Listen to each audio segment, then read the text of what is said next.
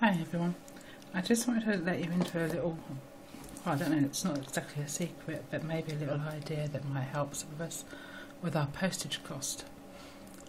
This parcel originally was, sorry I've got names and things all over it, was 10 centimetres high, and to post it, it was going to cost £5.20 second class or £5.65 first class, and I thought, well, that's a lot.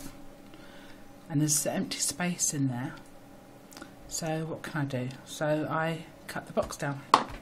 The box is now around about the 7 centimetre mark. It needs to be under 8 to make any effect on your postage cost, and it will go through the large, the large aperture on the post office pricing gauge. That parcel now to send is going to cost me £2.60 second class or £3 first. So that's quite up to me. That's almost, well, it's practically double if I sent it when it was a little bit thicker. So it's half the price if I do it this way. That to me makes obvious sense, because I'd rather spend some pennies on the person I'm sending things to, or more crafting supplies, than pay it for postage. That parcel weighs around about the 700 gram mark. Now, I was sending this one out this morning. This was all packed out, and I looked at this, and when I looked at the price for this, it was going to cost me £8 second class, £8.90 first class. I don't know quite how they get their price, and it's 90p in the difference, and the service isn't that different actually at the moment. But first class, really, you know, it should be a first class service, and it isn't. So I don't worry about sending things second class. What I do with my swaps, I try to get my swaps done early so that I can post them early, which means I'll post them second class instead of first class. As long as I've got my proof of postage, there shouldn't be an issue. Everyone should get them on time, and I obviously save money on the postage. But this post, I thought at £8.90 for first class or £8 for second was a bit extreme. It's not a massive box. It's, you know, it's less than my span from my thumb to the tops of my fingers, but nevertheless, £8. So I decided to repack it. And I've repacked the actual parcel into this. It's much bigger this way. In fact, if I can just get my ruler, I can tell you exactly what it is. This is 37 centimetres that way. It's 22 that way.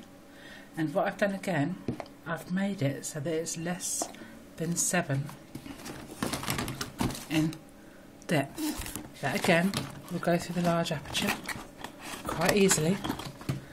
And now, instead of that costing me £8, when I post that tomorrow, second class is going to cost me £5.20, because that weighs 1.5 kilos. So I've saved again £3.30.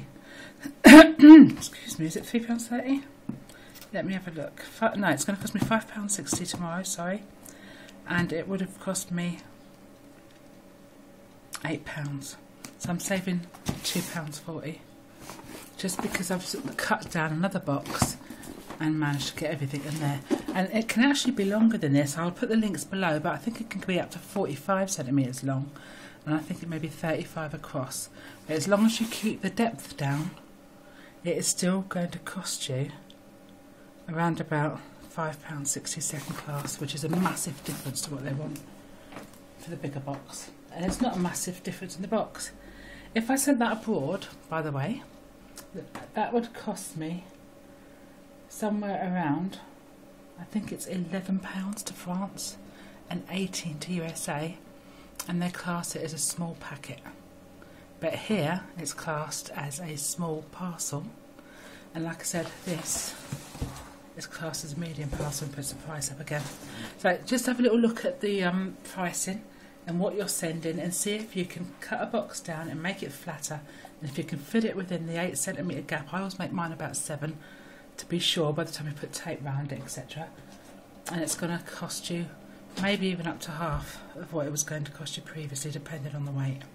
So Just a little heads up there. Have a little look and see if you can save yourself some pennies and spend it on you. Catch you later. Bye bye.